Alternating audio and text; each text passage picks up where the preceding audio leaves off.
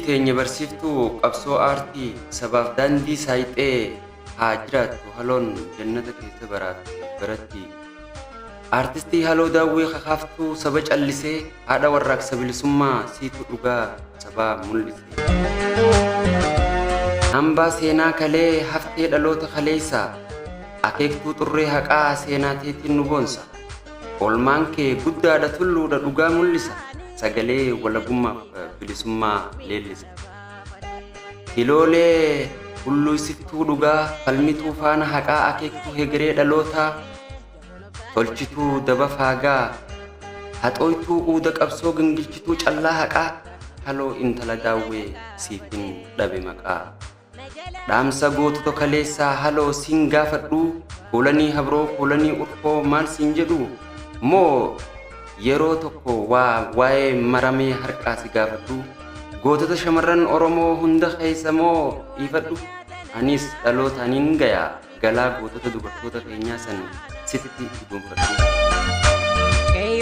Haajii gootummaa sabaatii haloo gurra keetiin hima naaf odeessi seenaa Oromoo siitu arke haadhaa gabrummaa akeektuu jiruu hegeree gaaddisa seenaa qabda maal si gorsemee akkana gammadaa siitu wajjin ture haloo sooressa jaarraa abbaa gadaa wajjinis teessee mari'atte kan akka mul'is gadaa hiriyaa Haajii Adamsaa iddoo haadha jaallawwan kumaa isii sabaaf dandeesse gadadoo haftee habalee cittee lafatti hin dhiifne kaayyoo dagalchitee warraaqsa bilisummaa Oromoo sagalee hobomboleettii kaafte bubbiftuu bubbisaa hiriirsitee caayaa diinaa sochoofte hafuura dhugaatiin teessoo hiriyaa Aashaa intala gootaa Maammaq Gadaa Qaalluu gootonni Oromoo kamuu si beekan kan sin beeyne hin jiru kan si wallaalu.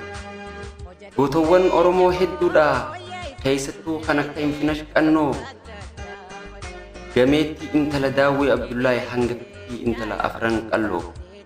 Aartistoota Oromoo meeqaa wajjin weelliftee bultee arra geeyse ifaa bilisummaa arraa kanaaf siitu alalaasee nuuf weellise.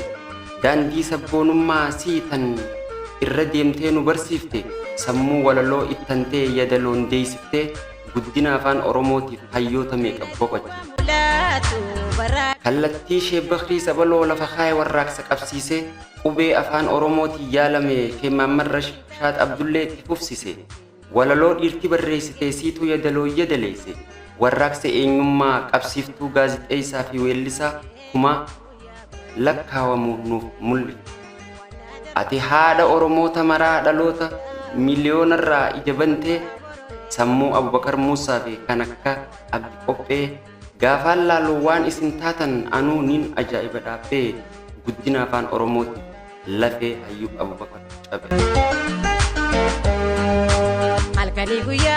Afaan Oromoo kan Hayyuun Hayyub Abubakar kan Abubakar Muusaa itti nyaadhame eenyummaa goonni meeqa Oromiyaa irraa itti baafame kan mataan hayyuun itti murame kan isaaf qarrii meeqa itti doome walaloo sodaatamte meeqa sagalee keetiin lallabame haloo intala daawwee haa galmaa'u wareegni jiruu keetii kan lammitti kafalame. Hambaa Oromoo fi Oromummaa gidiraa dhaloota sadii qooddattee dirree qabsoo Oromiyaa keessatti lubbuu bilisummaaf baate hambisaa Soolee fi Ibsaa Dagaa bara lubbuu kennuuf haftee lolli gaafa kiyyoo inni gaafa tirtiraa lola gaafa dhuqqaa saawaa sun jaallan meeqa nyaate lolli gaafa gobeellee hamaan lolli guddaan gaara mul'ata isa baddannoo fi guraawaa saniis ati keessa jirta lubbuu bilisummaaf loltu shanan dhuggoo saniis ni agarta kutattuu Oromoo isii dhugaaf mormi isii sabaaf arjoomte. Gaafattii diina mata dhaabii fi raammis isin marsee ni yaadattu. Ati gammoojjii baddaaf Oromiyaa hunda naannooytee keessa Afran Qalloo fi Anniyya Carcar'ituu keessa Dhummugaa fi Arsii Baalee Gindhiir Jaarraa Sawweenaa fi Roobee Booranaa fi Gujii hin hafne sirraa Wallaggaa fi Iluu Jimmaa fi Salaalee Walloo fi Raayyaa faanateeti jira haloo intala daawwee maqaa kee qalamni warqii katabee haa kaa'u galmee seenarra. Gorsituu qabsaa'ota dhugaa Cinaacha Taaddasaa fi Hundee waahila Elemoo fi Meeyiraa aartiin qaceelchitee kaayyoo dabde gootummaan lallabdee labsitee eebbisaa addunyaaf abdi qophee Usmaayyoo Muusaa fi Abditoo walitti fiddee seenaa Asteer Gannoo nuuf haaromse. Jeenonni Oromoof kennaa lubbuu isaanii gaafa wajjin turtan san haloo maal sitti himanii? Silaa sirbitee nuuf kaaftee jirtaa geerarsaas ta'uu shaggooyyeen gootummaa keessa himtee weelleen lubbuu wareega kenne ani. Qabsaa'onni Oromoo baay'eedhaa hedduu gurmuun leencota kumni haloo siitu hafee qacceen isaanii ati ishaaraa seenaati faajii eenyummaa irraa baratu dhaloonni. Biiftuu eenyummaa sabaaf yaa haloo intala daawwee haadha galma walabaa gootittii sagaleen isii qawwee falmatuu mirga dhala namaa madaala keen dhabee naannawee mul'iftuu dhaloota mahandisaa warraaqsa dhugaa dhoo'e mahandisuu aartii Oromoo ani bagaan dhaloota siin boonu.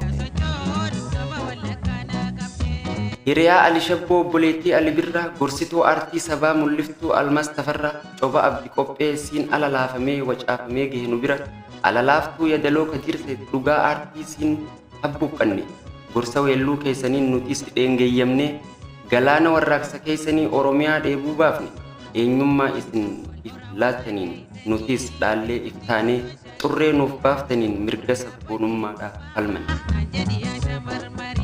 Hiriyaa Maftoo Abbaasii fi Daraartuu Boonaa kan Shamshii Quxoo fi Lalisee Roobaa fa'aa hiriyaa Daraartuu Dagaa weellistoota dubra Oromoo durii saniif haloo siitu hangafa. Gaafa guyyaan kee gahee atis of biraa sidhamnee du'a kee si oolchuuf gaara meeqa baane guyyaan kee waan ta'eef boonyuus du'a kee hin oolchine. Harmee haadha maraa haloo gootittii daawwee sagaleen kee mandiisuun nuuf kan caalu qawwee hoggaa dheeytu bakka dhugaa sanitti waa nuuf dhaami gootota akka Ali Birraa Noo Gobanaa fi Hacaaluu Usmaayyoo eebbisaaf daadhii galaanfaatti nagaa nuuf himi. Horaa bulaa galatoomaa walaloo kana kan isiniif waloleessan Isquu Hamzaatii. Walaloon kun yeroo haloo daawwiidhaa lubbuudhaan turtetti barreessee fuula isiitiin kan geedha. Like, share, subscribe godhaa.